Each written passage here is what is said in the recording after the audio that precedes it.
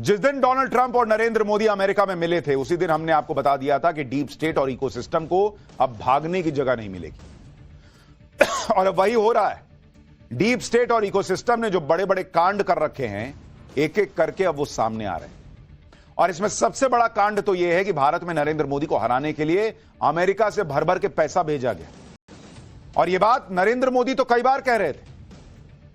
जो हमने इंटरव्यू लिया था नरेंद्र मोदी का इलेक्शन के वक्त में नव भारत में, उसमें पीएम ने कहा था कि विदेशी ताकतें भारत के चुनाव को प्रभावित करने का प्रयास कर रही हैं।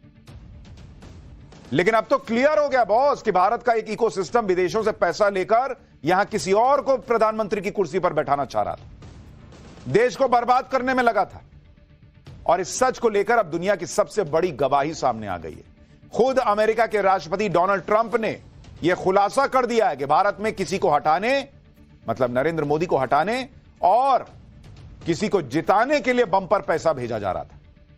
लेकिन यह पैसा किसे भेजा जा रहा था? ट्रंप कौन सी लिस्ट पीएम मोदी को देने वाले हैं? इस लिस्ट में किस किस के नाम हैं? वो कौन कौन लोग हो सकते हैं जो अमेरिका से पैसे लेकर भारत में मोदी को हटाने के सीक्रेट प्लान पर काम कर रहे थे? ये सब आज आपको बताऊंगा। लेकिन पहले आपको डीप स्टेट वाली साजिश का खुलासा करने के लिए किस तरह पीएम मोदी कोशिश कर रहे थे, उसकी एक झलक दिखाता हूं।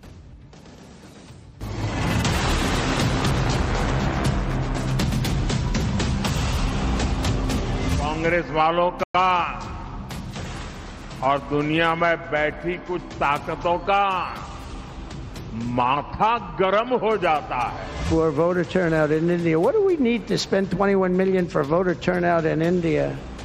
ये लोग कैसे गुप्त रूप से भारत को पसंद न करने वाले विदेशी डिप्लोमेट के साथ सीक्रेटली मिलते हैं।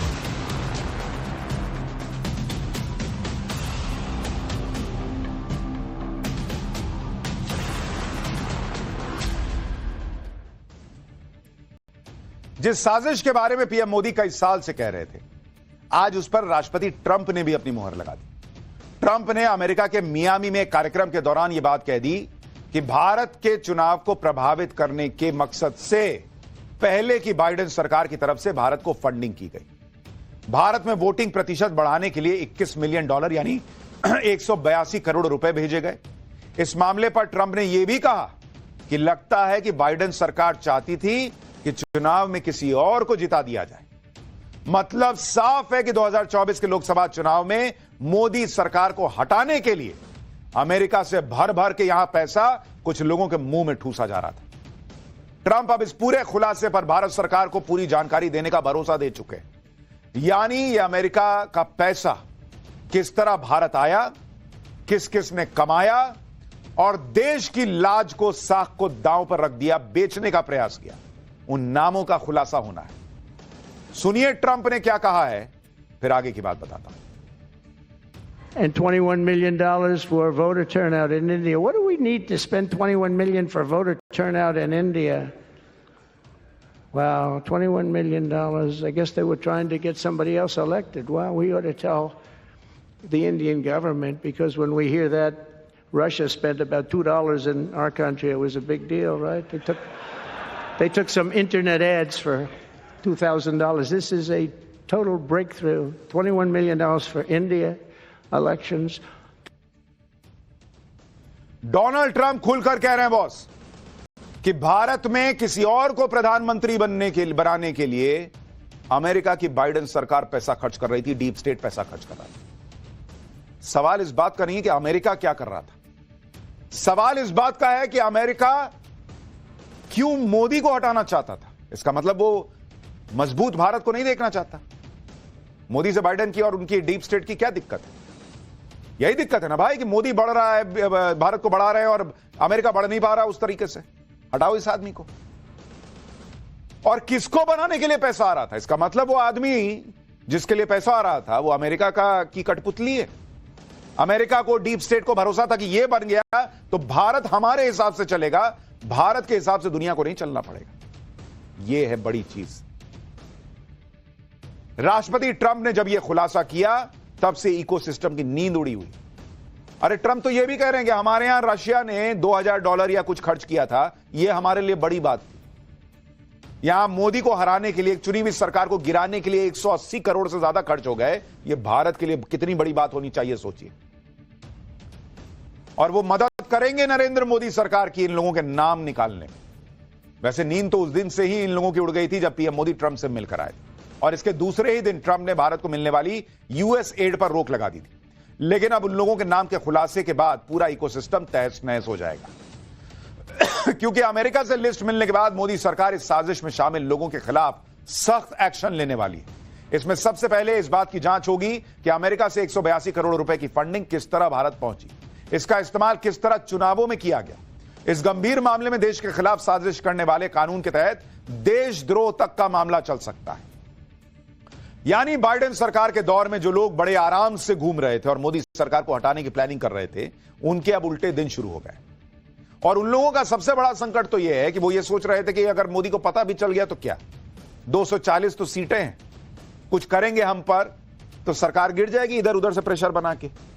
लेकिन बॉस, हरियाणा, महाराष्ट्र और दिल्ली के बाद मोदी पावर दुनिया देख रही है, देश देख रहा है, मोदी झुकने वाले नहीं है। अब यह बात क्लियर है कि बाइडेन सरकार के दौर में अमेरिका पीएम मोदी को हटाने के लिए लगातार साजिशें कर रहा था। इसके लिए यूएस एड की फंडिंग लगातार बढ़ाई गई ताकि 2024 के चुनाव में पीएम मोदी को हटाने में आसानी हो जाए। किस तरह यूएस एड अपनी फंडिंग बढ़ा रहा था, जरा आपको बाइडेन सरकार के कुछ आंकड़े बताता हूं। यूएस एड अगर आप देखेंगे, जिसके बारे में कहा जा रहा है कि भाई यही पैसा आया मोदी सरकार को गिराने के नाम पर, उनको कुर्सी से हटाने के नाम पर, 2021 तक इसकी फंडिंग देखिए आप, 2021 तक यही यूएस एड 816 करोड़ रुपए फंड कर रहा था।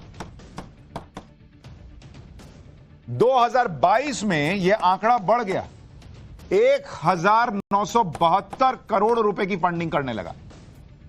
2023 में जो फंडिंग भारत को दी या भारत में एजेंडाधारियों को दी गई, वो थी 1519 करोड़ रुपए,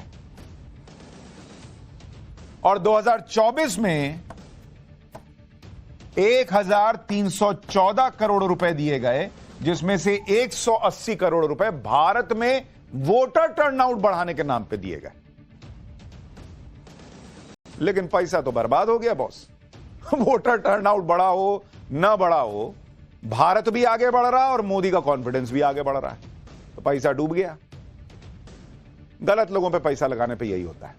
खैर, सबसे हैरान करने वाला खुलासा तो यह है कि जो यूएस एड भारत में नरेंद्र मोदी को हटाने के लिए पैसा भेज रही थी, वही यूएस एड पाकिस्तान में हाफिज सईद जैसे आतंकियों को भी मजबूत कर रही थी।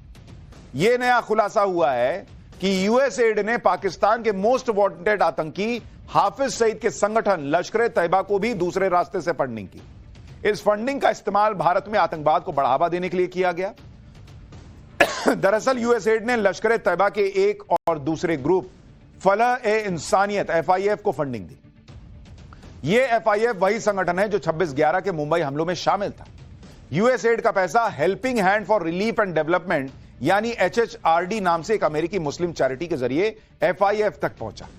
2021 में हुई इस संगठन का नाम आतंकी कनेक्शन के तौर पर सामने आया था, लेकिन इसके बाद भी यूएस एड ने 60 लाख रुपए की नई फंडिंग इसको जारी कर दी। सबसे चौंकाने वाली बात यह है कि जिस संगठन को अमेरिका ने खुद आतंकी संगठन घोषित किया था, उसी को पैसे दे रहा था। लश्कर तैयबा ने इस पैसे का इस्तेमाल अपनी नए संगठन द रेजिस्टेंस फ्रंट TRF के लिए किया। यह संगठन TRF कश्मीर में पिछले कई साल से आतंकी साजिश कर रहा है। यानी जो बाइडेन की सरकार एक तरफ तो भारत को बर्बाद करने के लिए, भारत में माहौल खराब करने के लिए आतंकियों को फंडिंग कर रही थी, और दूसरी तरफ भारत में कुछ लोगों को फंडिंग कर रही थी। तो पाकिस्तान के आतंकियों को फंडिंग करो और भारत के ऐसे लोगों को फंडिंग करो जिनका देश से कोई लेना देना ना हो। एक तरफ तो आतंकवादियों को फंडिंग हो रही है, दूसरी तरफ इन आतंकवादियों को चुन चुनकर मारने वाली सरकारों को गिराने के लिए फंडिंग हो रही है। अमेरिका का डीप स्टेट यह खेल एक जगह पर नहीं, कई जगहों पर कर चुका है, जब उसने अच्छी खासी चल रही सरकारों को पैसे के दम पर गिरा दिया।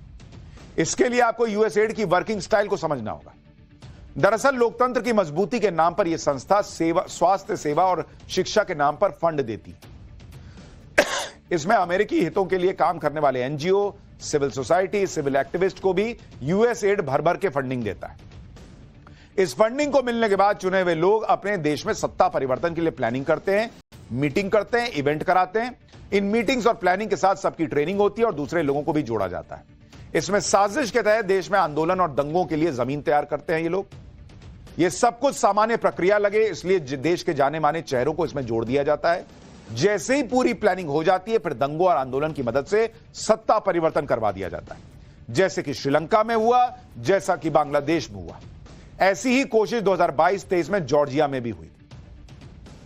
इस तरह की साजिश के लिए उस देश के जाने माने चेहरे को यूएसएड मोहरा बनाते हैं, फिर देश में विद्रोह करवाकर सत्ता परिवर्तन करा दो, फिर अपने पपेट को बैठा दो, फिर उसके हिसाब से वो आपके हिसाब से काम करेगा। इसी तरह की कोशिश पिछले कई सालों से भारत के खिलाफ भी हो रही है, जिसका अब खुद ट्रंप खुलासा कर रहे हैं। प्रधानमंत्री मोदी अच्छी तरह जानते थे कि उनकी सरकार के खिलाफ विदेशी ताकतें लगी हुई हैं, लेकिन इस बात से सबको हैरानी है कि खुद बाइडेन सरकार इस काम में शामिल थी। 2024 के चुनाव में किस तरह अमेरिका से लेकर भारत तक डीप स्टेट के लोग मोदी सरकार के खिलाफ काम कर रहे थे, इसे लेकर ट्रंप से पहले रूस ने बड़ा खुलासा किया था। 8 मई 2024 को रूस के विदेश मंत्रालय की प्रवक्ता मारिया ज़ाखरोवा ने यह कहा था कि अमेरिका की सरकार भारत की तरक्की से परेशान है, इसलिए अमेरिका भारत में राजनीतिक स्थिरता को बाधित करना चाहता है। उस समय अमेरिका में जो बाइडेन की सरकार थी। मारिया ने आगे कहा कि अमेरिका की सरकार भारत के घरेलू मामलों में हस्तक्षेप करके आगामी आम चुनावों में अशांति पैदा करना चाहती है। अमेरिका भारत के लोकसभा चुनावों में दखल देना चाहता है। ऐसा करना अमेरिका के बड़े अभियान का हिस्सा है। लेकिन तब लोगों ने इस बात को यह सोचकर खारिज कर दिया कि भाई अमेरिका और रूस में पट नहीं रही, इसलिए अमेरिका को बदनाम कर रहा है रूस। लेकिन अब तो खुद अमेरिका के राष्ट्रपति डोनाल्ड ट्रंप बता रहे हैं भाई कि जो बाइडेन के समय में यही सब चल रहा था। यानी रूस और अब खुद अमेरिका इस बात को मान रहा है कि नरेंद्र मोदी के खिलाफ विदेशी पैसे से साजिशें हो रही थी। जब नरेंद्र मोदी ये बात कहते थे तो कुछ लोग यहां मजाक उड़ाते थे, लेकिन क्या पता जो लोग मजाक उड़ाते थे ये वही लोग हों जो उसी विदेशी पैसे पे पल रहे थे। वो मजाक उड़ाना इस स्ट्रैटेजी का हिस्सा रहो कि इसको ऐसा बना दो कि लोग सोचे कि हुआ ही नहीं। जो भी ऐसे लोग होंगे वो जल्दी ही एक्सपोज भी होंगे, क्योंकि जब डोनाल्ड ट्रंप नरेंद्र मोदी को लिस्ट भेजेंगे जिसमें नाम लिखे होंगे कि किसने अमेरिका से पैसा लेकर भारत में आग लगाई, तो बवाल तो मचेगा बॉस। और मैंने आपको पहले भी दिखाया था कि नरेंद्र मोदी ने टाइम्स नाउ नव भारत पे ही कहा था इंटरव्यू में कि 4 जून के बाद ऐसे इकोसिस्टम की उम्र नहीं रहेगी। तो काउंटडाउन तो शुरू हो गया है।